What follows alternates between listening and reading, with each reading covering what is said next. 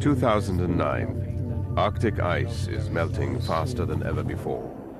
Amid many other crises, food, energy, recession, and pandemic flu, United Nations Secretary General Ban Ki-moon urged the world to take on these challenges together. If ever there were a time to act in a spirit of renewed multilateralism, a moment to create a United Nations of genuine collective action, it is now.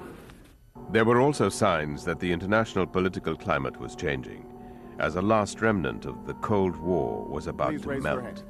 The Russian Federation and the United States pledged to cut their nuclear arsenals. U.S. President Barack Obama addressed the UN Security Council. We will move forward with the ratification of the Comprehensive Test Ban Treaty and open the door to deeper cuts in our own arsenal. And no matter how great the obstacles may seem, we must never stop our efforts to reduce the weapons of war. Russian President Dmitry Medvedev. Today's meeting is ushering in a time of large-scale and serious work that I am convinced will dramatically improve the situation in the world. At the same time, nuclear and missile tests by North Korea and continued uranium enrichment by Iran caused widespread concern. French President Nicolas Sarkozy. What I believe is that if we have the courage to affirm and impose sanctions together against those who violate resolutions of the Security Council, we will be lending credibility to our commitment towards a world with fewer nuclear weapons and eventually no nuclear weapons. Another UN priority in 2009, the fight against world poverty. Financial markets began to recover slowly, but incomes and jobs did not. An estimated 100 million people fell below the poverty line this year, as the near poor became the new poor. One of the major consequences of poverty, instability, posed a challenge in many parts of the globe. In 2009, nearly 120,000 UN peacekeepers were deployed in 17 missions around the world. But the mission in Darfur, Sudan, still lacks critical assets like transport trucks and helicopters. And hundreds of thousands of internally displaced people are still struggling to survive in miserable surroundings. Sexual violence against women continues, but often these crimes are unreported because of the stigma surrounding rape. Female police officers are playing a major role in breaking down these barriers. Lubasi Matakala from Zambia.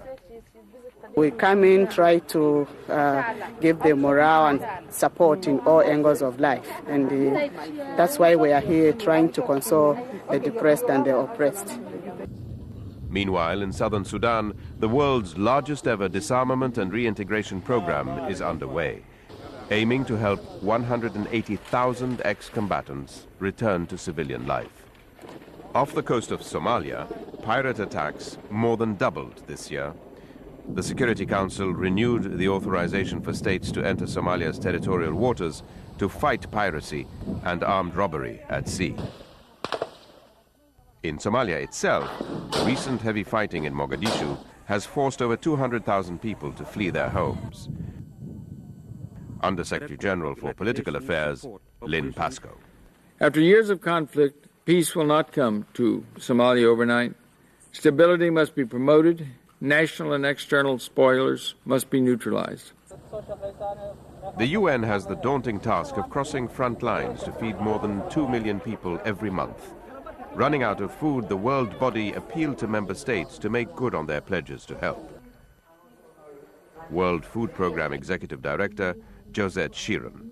We start each year needing to raise all the money that we get, and we need to raise about $5–6 billion a year right now with the crisis. After decades of bloody fighting, the civil war in Sri Lanka is finally over, but thousands of Tamils are still forced to live in camps.